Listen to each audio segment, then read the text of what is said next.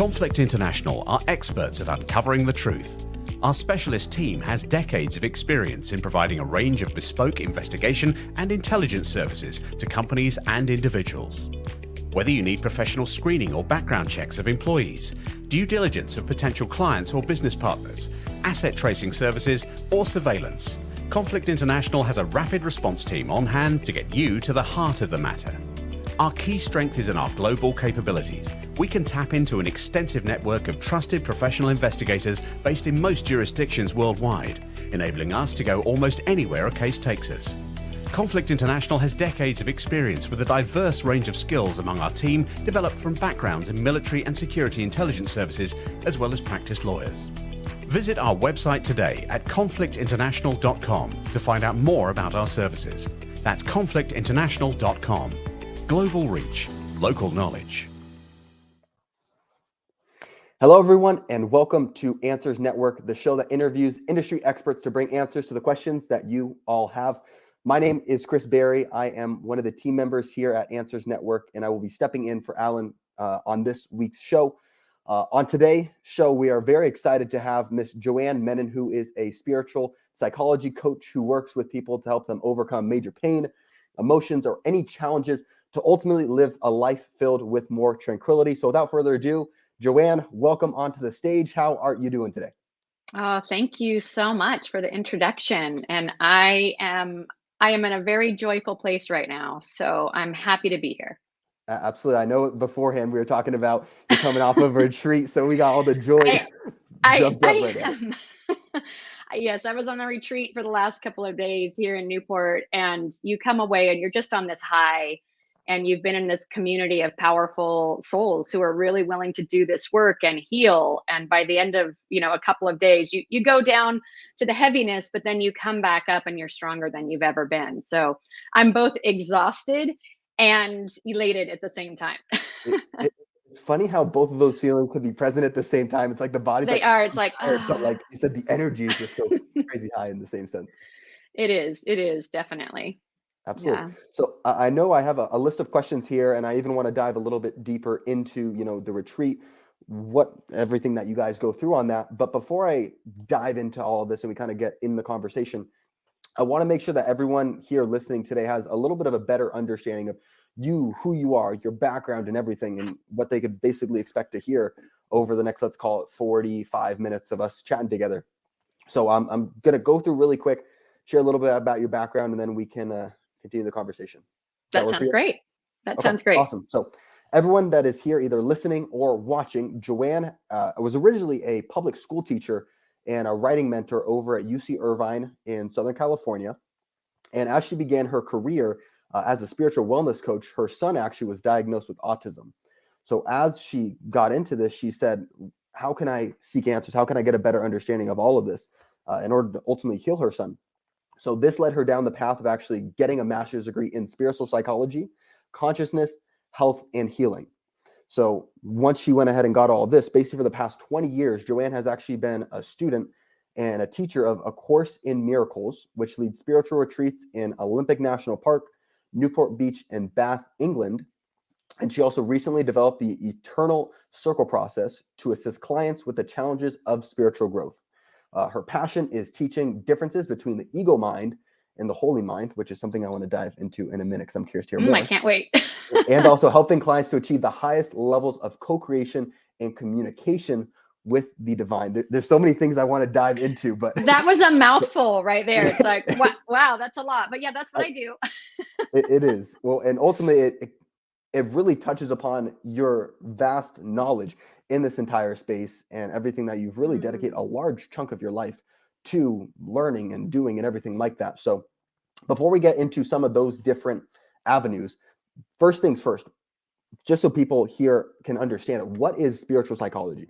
That's a great question. Spiritual psychology, it is the study of psychology, but what's been added back in is this element of soul. It's not just, oh, what's my mind doing? Or can we have a psychiatrist diagnose me as something wrong? It tunes into the idea of your soul, of your authentic self, of this higher wisdom that is always available to you at at all times. And when you understand there is something working on your behalf, there is this wise aspect of yourself always available, no matter what problem you are faced with, you can pause and just say, there's a part of me that knows the answer to this. And it's Mm. not that there's anything wrong. It's how am I viewing that that's causing me pain or suffering or confusion? And is there a better way? Is there a different way that my authentic self can tap into to guide me to the answer that I need? Hmm. Interesting. And there's obviously some skills that when we're kids, we naturally have. And then as we grow older, maybe we start to hamper or suppress it and stuff like that. When it comes to everything that you were just describing, is this something that is more of a, let's call it learned skill or something that you need to actively practice? Or is it something that we have inherently as children and then we start to suppress it as we grow older, would you say? Um, all of the above, yes. Kids definitely have that intuitive sense. They're highly creative, and an example of that is when my son was in middle school, we had to detour into the homeschooling arena, which I was not prepared for, but it just so happened. Long story short, here he is, a homeschooler. And what was amazing is we did join a science farm camp. This was when we were living in Ojai. And the idea was kids need to follow their own intuition as to what they want to do. And it was fascinating to watch the younger kids just explore their creativity. They were doing all kinds of things. And the older kids literally didn't know how to access that side of themselves. And it took the teacher of the science farm camp to suggest to us, like, listen, your son is going to have to actually learn to be bored for a while because he's so used to being told what to do and told what to do and told what to do and to follow the bells.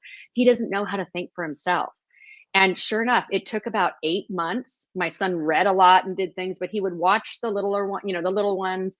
And all of a sudden, one day, something just turned. And suddenly he'd come home and he'd be like, Mom, I was studying everything from the medieval ages to blacksmithing to, oh, now we're out on we're studying what does the environment look like after this huge fire came through Ojai. And he just came alive with what he needed for his own personal growth. So I really watched it in him.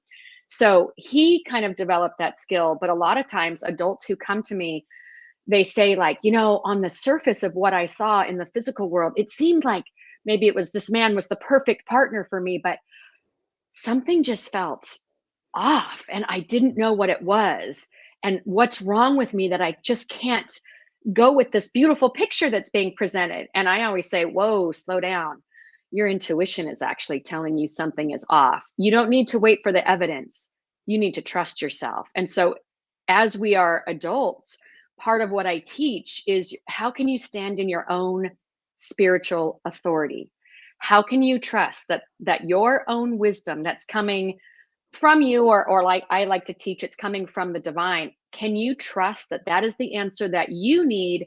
And not only is it for you, but it's a win-win. If it's coming from these higher realms, it will be a win-win for every single person, versus if you're in your ego state of mind and you're protecting yourself and you have to build your empire and you have to do all of these things, the ego tends to look out for itself. Your higher wisdom will always look out for everyone involved. So it is a skill you can develop. Definitely. Absolutely. 100%. Hmm. There's so many things I want to dive into just based on what you said. The first thing that comes to mind is in today's society, especially, and I'm a little bit of a younger guy, I'd say, but regardless, so many people, they're constantly stimulated from social media to the phone, whatever it may be. And it's just a skill, as you said, of just understanding how to be bored and really craft into your mind. How would you say that today's society, with all of these different tools, that I like to describe it as a double-edged sword, because there's so many positives. We wouldn't be able to be speaking like this today if it weren't for this. True. But in the same sense, how do you feel that this integration of all these new technologies has hampered or maybe improved these different items that we've been discussing? I'll give you a perfect example. My son's 25. He's a brilliant artist. He's loved art ever since he was he was 5 years old. He was in the kindergarten classroom drawing, and he would cry when the teacher would, like, erase one of his little chalkboard drawings or say it's time to put things away and go do this, he would cry. So he's always been an artist. He's lucky in that aspect. But here he is putting all of this work into art, and suddenly AI comes along. And he's like, oh my God, something that just took me 2 weeks to do, someone can do in minutes. And he's like, my whole career path is gone. And I said, hold on. There is a part of you that still is highly creative. Not only that, I trained him to be intuitive. So I said, don't look at AI and you got to know this and this and this and this and this. Trust that you are always guided to what you need. And again, it will benefit everyone. And he just called me last week after some distressing months. I mean, he feels devastated that his career path has just been blown up. And he called me just a while ago and he said, Mom, you're not going to believe this. I just went to this amazing talk, all of these, illustration designers together at the school called, I think it was Newman. Pardon me if I'm saying that wrong. Newman. I can't remember. But he went to this talk, but on the way there, he was so upset because the traffic was bad. He was late. He missed the whole intro dinner where he thought he was going to be networking and meeting some of these great people. Well, he ran in late. And as it turns out, they had some kind of a raffle. He was probably the last raffle ticket in, and he could not believe at the end of this super inspiring talk, they said, hey, by the way, we're going to give away this very expensive, profound 3D program about how to, do these monsters and all of this. Who won? My son.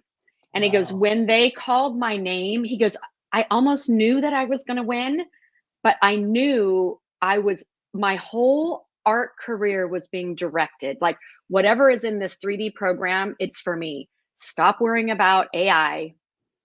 Follow whatever this is about. And so he said it was such a deep knowing, but I've also trained him to trust that. So he could watch all the news and freak out about it and AI, but he's like, I just have to follow these little tiny breadcrumbs that will lead me to the highest level of creation possible. And so that's, he's a perfect example of that. Just wait a minute. Wow. Yeah. And I think that whole story right there really shows the importance of, as you said, the intuitiveness and having all of these different skills, because regardless of whatever's thrown at you, you have the ability to pivot, to adjust whatever it is. Exactly. And his story was so beautiful because I had been in an AI screenwriting class just a few weeks before, and we ended up with the people who were in this room. It was phenomenal. I was thinking, like, how did I get in this room? We had one of the former heads of Pixar. He was responsible for Up and Toy Story and Nemo. And like, how did I get in this room with this man? And there was someone from Paramount and there was a director from Switzerland. But the guy from Pixar said his whole career with Pixar was because he threw some simple storytelling class up north in California. And one of the other heads of Pixar happened to take the class, thought he was incredible, invited him onto the team. And pretty soon he's now working on these epic scripts. And so his advice to me was, tell your son, just keep going and follow the path, and just follow that deep knowing, your inner wisdom that you're on the right trail. But it's like, it doesn't matter if that happened 30 years ago or it's happening to my son. There is an energy that's always leading you to what you really desire. It's the relentlessness of joy. Joy will hunt you down. It will chase you down. It will tackle you until you align. And that's that soul work that spiritual psychology is really primarily concerned with. Okay, interesting. And obviously we can continue going down this path, and I want to circle back to it, but even rewinding to the very beginning, obviously you're at UCI, you're doing all these different things. You have your son, turns out he has autism. What led you down this path? That's a great question. Into this, like why all of this? So I've always, like, my son is the artist. I've always been a teacher at some level. I actually started teacher training programs when I was in high school, believe it or not. And what happened was I loved the teaching career. I ended up I was a writing project fellow at UC Irvine, which I loved, did a lot of teacher training. And then at one point I was a high school teacher over at Beverly Hills Unified. And I had my first son, everything went, the artist, everything went, white picket fence, every milestone hit, that kind of life. And then my second son came along. And he was great up to 8 months. And then we had this massive turn of events, which I won't go into, but he was eventually diagnosed with autism. And what happened at that point is all of the systems that were supposed to help the medical, the school, like all of these systems I had always put my faith in. Suddenly, none of them were working, and they were actually flipped against us. And as a parent, um, to watch your child going, this my child is in extreme distress, like he's physically uncomfortable, he stopped talking, it's like he can't hear me. And then doctors are like, he's fine, don't worry about it. I'm like, he's not fine. Talk about mother's intuition. It's like, Yeah. and so I had to start like fighting for answers for my child. And it got to the point where it was so bad. I really kind of in my heart, I'm like, there's got to be a better way. And that's actually when I started a spiritual path to like this huge, like, who can help me? Because nothing in the quote unquote physical world is helping me. Nothing. Yeah. And the schools are against me. No one wants my kid. I can't get funding. My husband and I, my first husband, we were going broke on therapies. All the money we had saved for our first starter home, gone.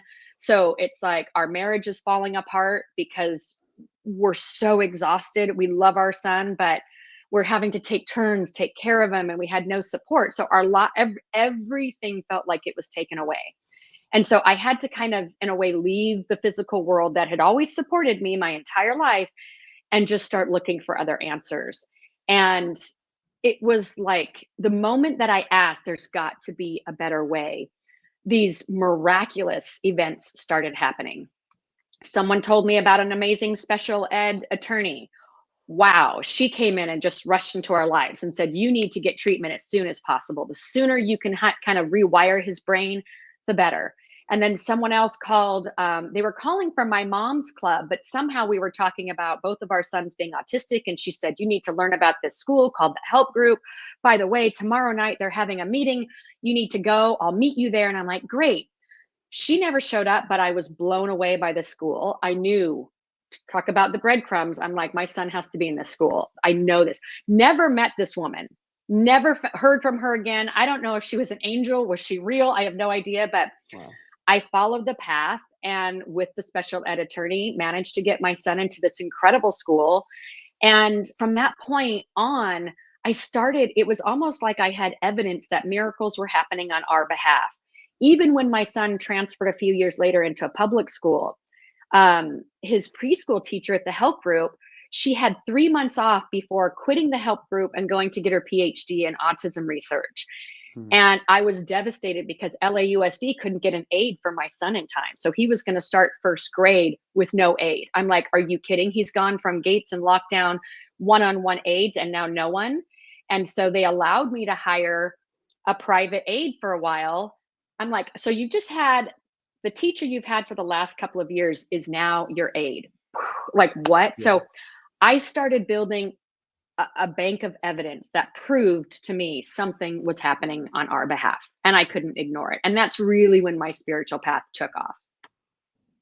I really like that word that you just said, by the way, the bank of evidence, because Bank of evidence. that's massive. There's an entrepreneur that I really enjoy. His name is Alex Hermosi, and he talks about a bunch of different things, because absolutely affirmations and all of these different things are important to make sure that you have a positive mental frame of you, yourself, and everything. But what he says is that, look, only by shouting affirmations in the mirror, you aren't going to get there. And he says, what you need to rather do is you need to have a stack of undeniable proof of you say you Yes. are who you say you are. And it literally makes me think of that bank of evidence.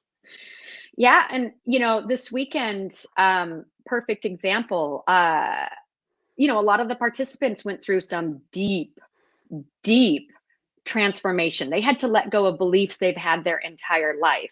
And they would look at me like, how do you, like, you're so confident. How do you know? How do you know these answers? How are you not swayed when someone comes after you or they challenge your spiritual beliefs? And it's like, the bank of evidence for me personally, for what I need, is so massive. No one can really bump me from my beliefs, while at the same time, I always believe I have no idea what any event that's happening to me in the physical realms, I'll call it. I always assume that there's some higher purpose, even if it's painful. And I always assume as an ego personality, just me as I know myself to be, or how I've or how the culture trained me to be, there's always a part of me that says, I actually have no idea what this event or this person in my life is for, except helping me move closer to love, helping me trust my own intuition more, helping me not have blind faith, but faith based on personal observation. That's what science is. It's observation. So if I have 1,000, 2,000, 3,000 examples of miracles working in my life, absolutely 1 in a billion odds of things happening, good luck bumping me off of what I know I need to do. Yeah. And again, I always believe it's for the higher good of everyone. I don't need to cheat everyone or anyone or go after anything. I just know this is somehow a win-win, even if it means something painful like ending a marriage or moving or whatever it is. If I have that deep hit of this is what you need to do, please trust it's for the highest good of everyone, eventually I will see this is why this happened. Got it. I was right. I followed those little breadcrumbs and I trusted that bank of evidence. Yeah, no, that's true. And Yeah. I want to dive deeper into the part of, this retreat, what people go through. Before getting Mhm. into that piece, though, I'm curious. So obviously, you started going through all of these different things. You Yeah. found this attorney that led you down all of these different paths, and then that kind of spiraled into you diving deeper and deeper. For people that, whether it be, let's say, a mother or a father of a child with autism, or just really anyone, what are the changes that came about with your son after starting to go through all of this, and Mm. what led and kind of what happened during that time period? That was a great question. So the biggest transformation for me was the second my son was diagnosed, I went into hyper control.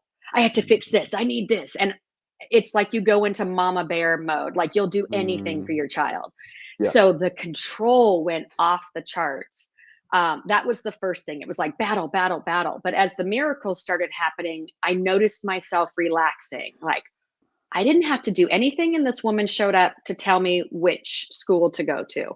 I didn't Hmm. have to do anything, and I ended up with the best one-on-one therapist to follow my son around his first couple of months in public school, which, by the way, is when they're really determining and testing what his IEP is gonna look like. So Yeah. who's leading his IEP? One of a woman who's going in for a PhD on autism research. That's the person in charge of my son. Are you kidding me? I didn't put that in place. That Yeah. happened naturally. So I went from control to relax. Mm, Just relax, and what you need will come to you. Even this, meeting Alan, that came through a neighbor, and Alan and I had a fantastic talk. And we both had chills talking like, what's happening here? yeah. And now you're here, and it's like, oh, this is a whole different conversation as well. And so it's Yeah. like, I don't know where it's going. I don't need to. I just trust something beautiful is unfolding. That's it. That's Absolutely. it. Keep it simple. Yeah. And you said something really great before of regardless of whatever the situation is, you talk about Yeah. a marriage ending or this happening, that happening. It's like, I don't get it. Like, why in the world is this happening to me? But Yeah. then you have the understanding now of where you are. Like, regardless of whatever event comes in my life, there's a reason why this has happened. And for Yeah. me, even I'll speak from my own experience, it's crazy because there have been so many times in my life where a massive thing happens, this person dies, or this event happens to Yeah. me, and it's like, I don't understand, why is this happening to me? And like, in the beginning, before you have, let's call it, train this muscle, it's like you just start getting, I'll speak from my own experience, I get mad, like, why did you let this happen, or how did this happen, and Yeah. everything. Yeah. And but now it's basically what you're saying, and what I've come to learn is it's that mindset shift of, look, maybe you don't understand exactly why it's happening right now, but there's a very specific reason why this is happening, and it's for the ultimate betterment and good. Could you expand a little bit Yes. more on that? Yeah. Well, as you mentioned earlier, I teach the Course in Miracles now in combination with spiritual psychology. Yeah. And there's a line in the Course in Miracles, which is, I cannot perceive, or I do not perceive my own best interests. Mhm. So if joy is always chasing you down, or you call it the divine, call it whatever you want, if your own best interest actually has to do with joy, and you are in a situation where you have maybe really outgrown someone, or you feel silenced by someone in your life, that's not joy. Yeah. That's pain and that's suffering. Or if you have a belief, for example, the roles of parents, for example. Mothers are supposed to do this, fathers are supposed to do this. And if we don't do what the culture says that person is supposed to do, we're deemed as bad and wrong. Yet your intuition might be telling you, I actually need to give my child some space. Yeah. I actually need to trust that there's something higher that is guiding them through their own process. And if I keep intervening, we will have a messy, codependent relationship. I'll be frustrated. They'll push back. And ultimately, I'm denying them the opportunity to find their own way and stand in their own spiritual strength. Yet, if I pull away, all these people around me are going to be panicked, like, you're not a good mother. You need to try harder, whatever it is. So, for example, when I moved to England a couple of years ago to be with my second husband, my youngest was supposed to come with us, but my father had just died. And he's like, Mom, it's too soon for me to go. And I'll visit first. And then maybe the following year move with you. And my other two sons were ready to go back to LA and live with their dad and go on to college. But I had to trust that move for me was what I needed to do, and it would somehow benefit my family in a powerful, profound way. And it did. Ultimately, it did. Besides exposing my kids to a totally different way of life over in Europe, the transformation that I experienced being in a country where it's I don't want to say repressed, because there's certainly people who are more over, or more are on this path of awakening and they're curious, but there's a lot of people where, being polite and not speaking your mind and keeping your thoughts to yourself. I felt the contrast while I was there, like, oh, it's such a gift living in California, because there's so many people seeking answers beyond the textbook from their higher selves. And in England, I noticed that wasn't the case. So I felt like I met so many people and I could be a light in certain ways, but I really also moved into gratitude. Like, wow, I am really blessed to have the life that I've lived. And coming back to Newport, I would just go down the street, and if someone found out that I, studied spiritual psychology, they're like, "What? Tell me more. Well, I need this." There was a lot of help me, help me, help me, help me. Yeah. It's like, wow, what a difference, And meanwhile, I still run retreats in England because there's a lot of people who are just now really waking up to that. And I felt like I was on the front edge of that movement of people saying, "There's got to be a better way. There's got to be a better way than the stress we see on the news and the TV." And absolutely. And I want to dive deeper into, first of all, the retreats and everything, but then also even the aspect of traveling, like you even said, and the differences between cultures and everything like that. And even it's curious to think about, as you were explaining that, like familial upbringing, whether it be you're born and raised in England, or whether it be somewhere else, but even just like the culture of all the different places that we've been into. So we're going to dive right back into that in 1 minute. We are going to jump into a quick commercial break, and we will be right back to go ahead and chat more about all of those different aspects that we just discussed. Wonderful. Having a teenager at risk who is going through a traumatic experience can be difficult on parents, siblings, and all who are working with that young person. No family should have to go through this process alone. West Shield Adolescent Services is here to ensure you don't have to. Many of the psychologists and psychiatrists we work with have spoken about the stress families go through. Not just the young person, but the parents, needing to get their child to a program where they can get the help they need. West Shield aims to lessen that stress.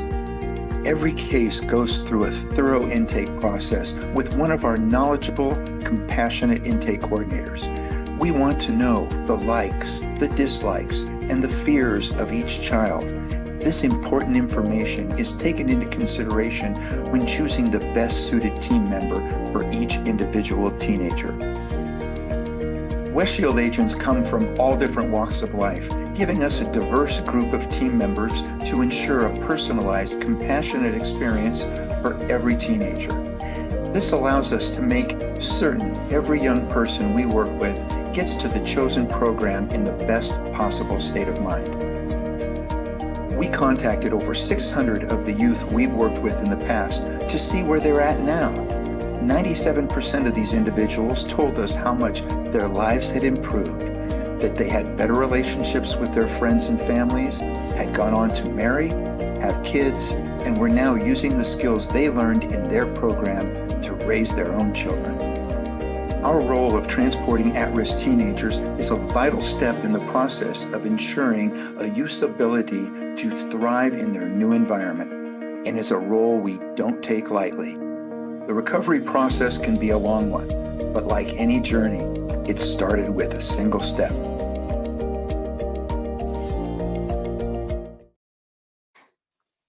Awesome. Everybody, we are back. If you are just tuning in or starting to watch us, we are here with Joanne Menon, and we're talking about a lot of really great stuff from all aspects of it and understanding the intuition and everything that's needed in order to live a life filled with more tranquility. So diving back into it, one of the big things I know even before the show we started talking about was, the traveling aspect and the different perspectives and minds and everything like that. So we'll first just dive in to what you were talking about right before we went to the commercial break. What do you believe are the main differences between, let's say, California and then over in England, and why are they so much more closed off and everything like that, would you say? Yeah, again, it's not everyone by any means. Of I've course. definitely found some mighty companions there that are my dearest friends now. But I think the difference is you have this profound history, right?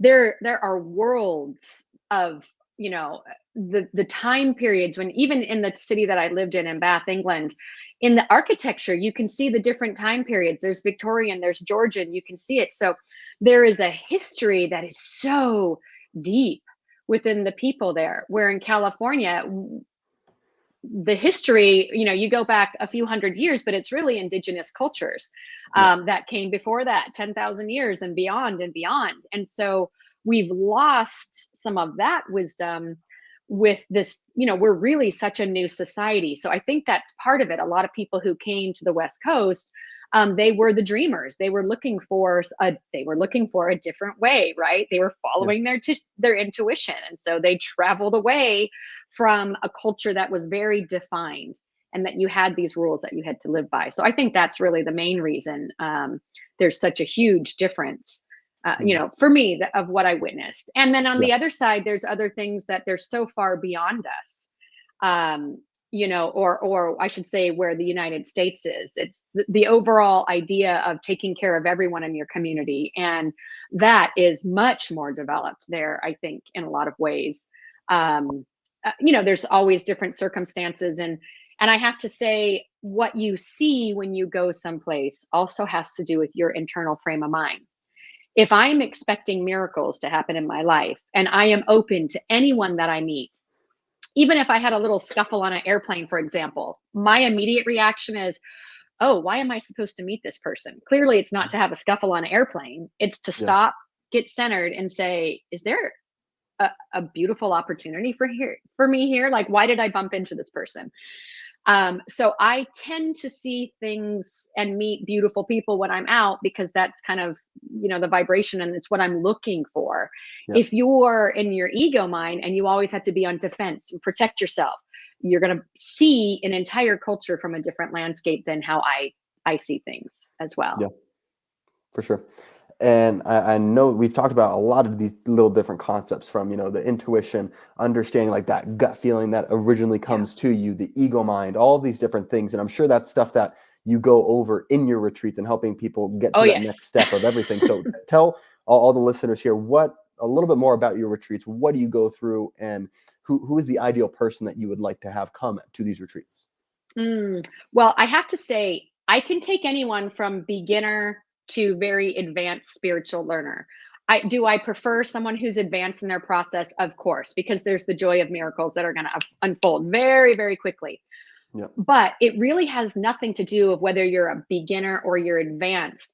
What it has to do with, it's really what is your level of willingness to change? What is your level of determination to see things differently? If you are suffering and you're like, there has got to be a better way, I am determined to feel or find this new solution.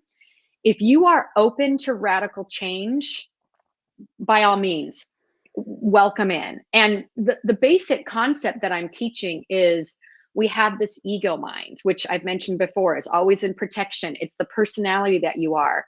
But what I'm asking people to do is identify any kind of suffering, depression, anxiety, and there's a whole host of things. Identify that suffering with your ego mind, and what it is your holy mind, or your, your authentic self, whatever you want to call that, your wise self. It's like your red flag saying, look over here, look over here, look over here.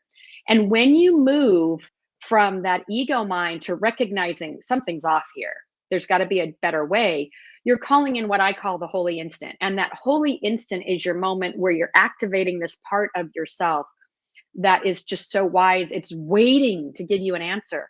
And so if you can pause in that space and then start listening for something, it could be that little aha moment, or it could be a song on the radio suddenly telling you, oh my gosh, this relationship's over. Yikes, whatever it is, you listen and then you act.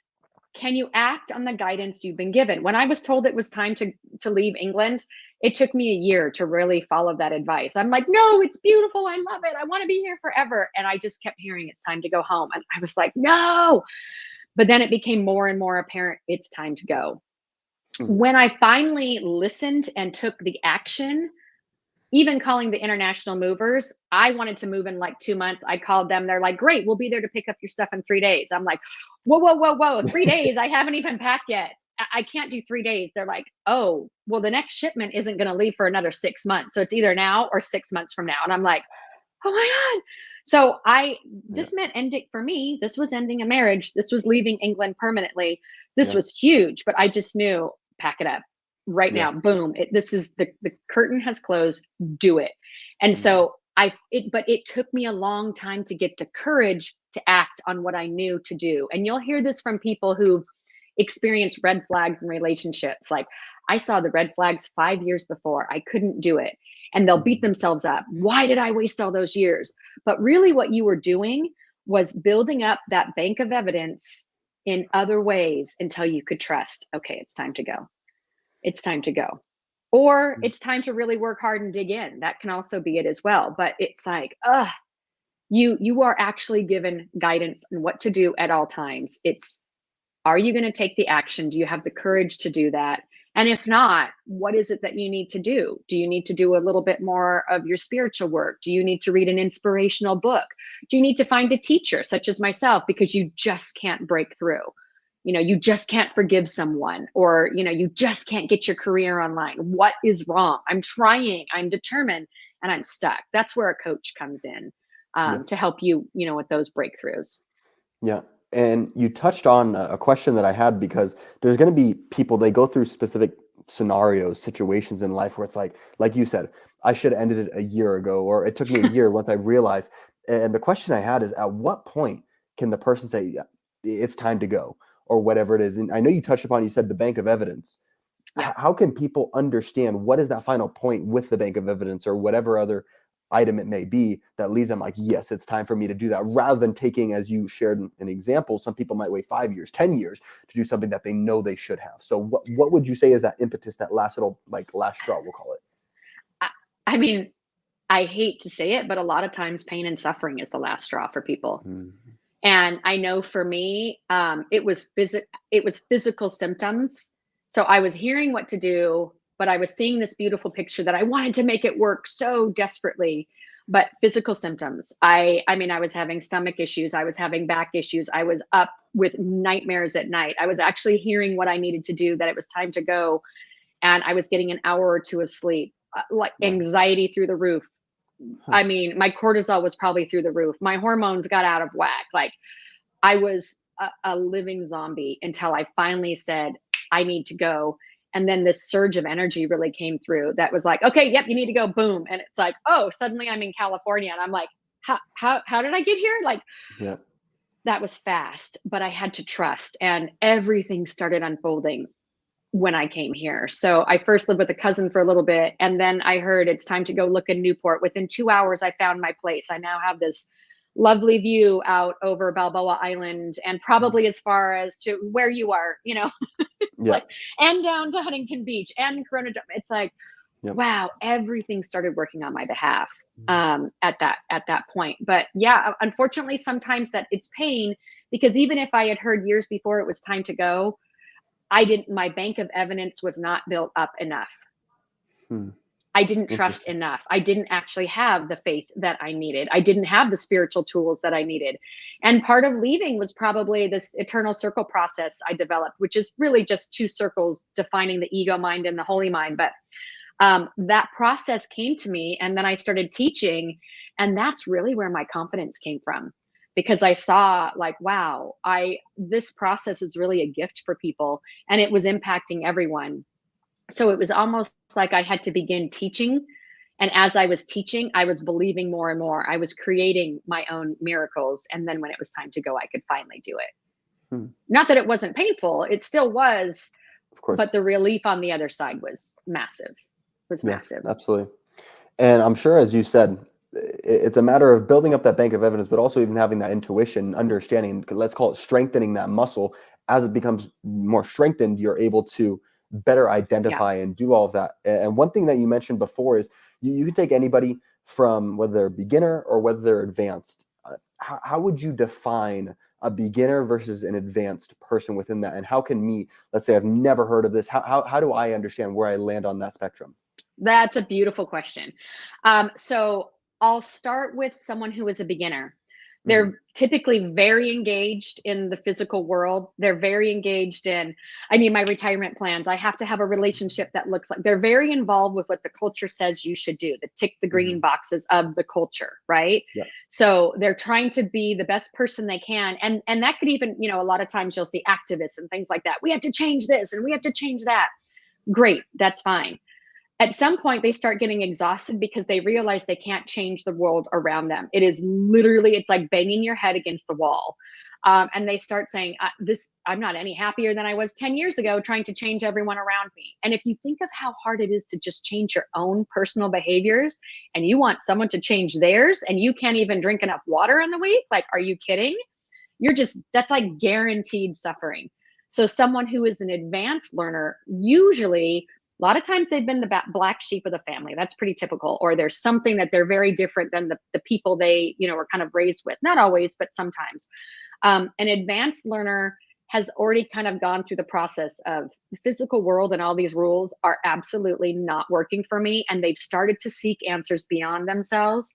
And a very advanced learner, they just live in flow, and they meet the most beautiful people. They end up in the most beautiful places.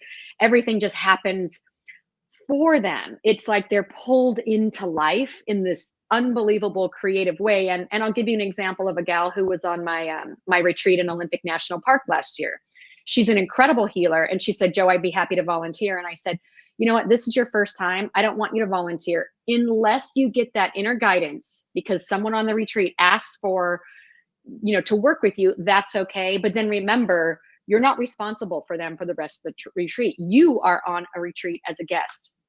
Well, she ended up doing quite a bit of work for me. She was an incredibly safe. She didn't buy into people's stories about victim. So that's why Mm. she can do this powerful work. She just taps into her intuition, and she just kind of knows what they need. But she worked hard. And at the end of the trip, she laughed because she went on this VIP experience with me as well for a couple of days, and she laughed. She just happened to have one clean dress left. Everything else, we had dirty hiking clothes, mud covered, sweaty, all of this. She had one outfit left. British Airways happens to call her, ask her if she'd like a class upgrade for $300 on her way back to England. And so she was laughing. She's like, "Well, of course I'll take that $300 upgrade. Like, that's a $10,000 ticket." Yeah. She had a lovely rest on the way back. I think that was Delta, by the way, that she was Yeah. flying. Maybe it was British Airways. But anyway, she was just laughing because it was like those divine realms were acknowledging her for only serving in small ways, not overdoing it, not being responsible for other people. And now you get to rest. Now you get to rest. And I had a similar experience the year before. Suddenly, everyone's gone, and I'm in a cabin where I thought I'd be like watching TV and relaxing. And I had no access to Wi Fi. I had nothing. And I realized this is supposed to be just a week of silence after teaching for a week. And so then I finally just, wow. And so much came through. I could see all the beauty of the week. But that's someone who's advanced, you understand that everything's happening for you. And again, even something as simple as when I was going back to England at one point, I'm literally like at LAX and my husband calls and says, I have COVID. I'm like, are you kidding me? And like, now where am I going to go? To stay at our friend's house? Like, where am I going to stay? And a friend happens to call and says, by the way, I'm in Italy right now. And I said, I'd love to be with you. My husband has COVID. I don't know where I'm going to stay. And she's like, drop your bags at Heathrow. Come. I ended up being pampered for 2 weeks in a Tuscan village, like village. Yeah. All of my needs taken care of. If I put one pair of pants on the ground, I'd turn around and they'd be washed and folded an hour later. Even private chefs, I'm like, what's happening right now? But I'm like, I will happily go. So it's like, I know that I'm always being taken care of for the highest level of joy, peace, tranquility, and connecting with people who are my mighty companions, who also are on these higher levels of thought. And it's just philosophy. It's, it's not for everyone, but it's for me. And it's for the people I meet with. Absolutely. I'm sure we could probably continue talking for another couple hours about all. Yeah, we could. We'll do that later. Let's do that later. Exactly. And so I know we got to start wrapping up here. But one thing I do want to make sure that everyone that's listening, if they want to, get more involved with you or starting to go through this process, the 2 questions I have for you. Number one, someone that comes to one of your retreats or goes to one of your classes, what can they expect to when they come in versus when they come out? What change could they see within themselves? Number one. And then number two, how could they actually get in contact with you in order to possibly start working with you? Yeah. Well, for starters, you can go to my website, which is joannemenon.com. So that's just, where you can find my information. But if someone wants to come to the retreat, what they can expect, I do teach the Course in Miracles. I do teach spiritual psychology. I do also teach what I call now the eternal circle process, but they can expect a level of what are the core concepts of the Course in Miracles. And so I tend to be someone who works well with the visual learners. So it's a lot of diagramming, a lot of journaling. And then what we really do is move into guided meditation. So people start to hear their own answers. And so, for example, we worked a lot with people that we struggle with on this last retreat. Who are those people?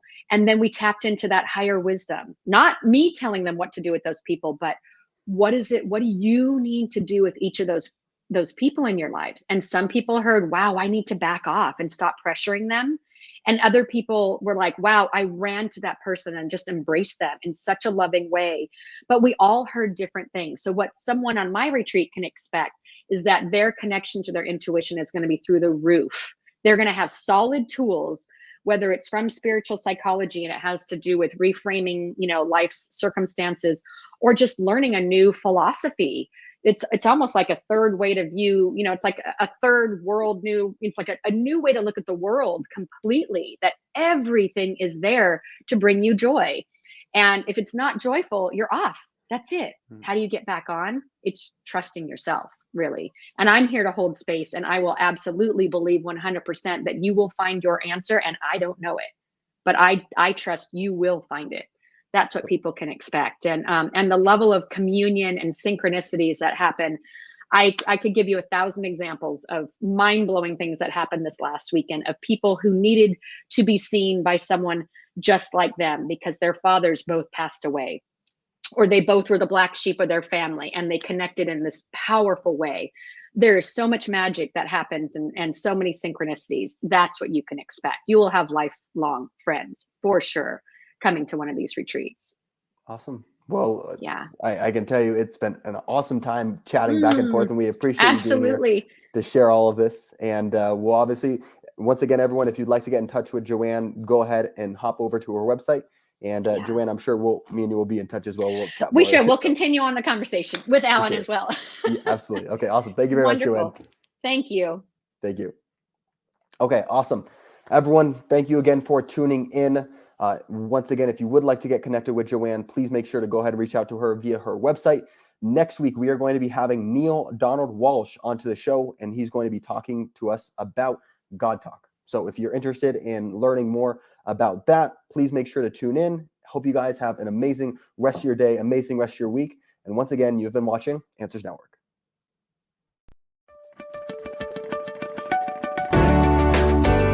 You're listening to Answers Network with Alan Cardoza, only on LA Talk Radio.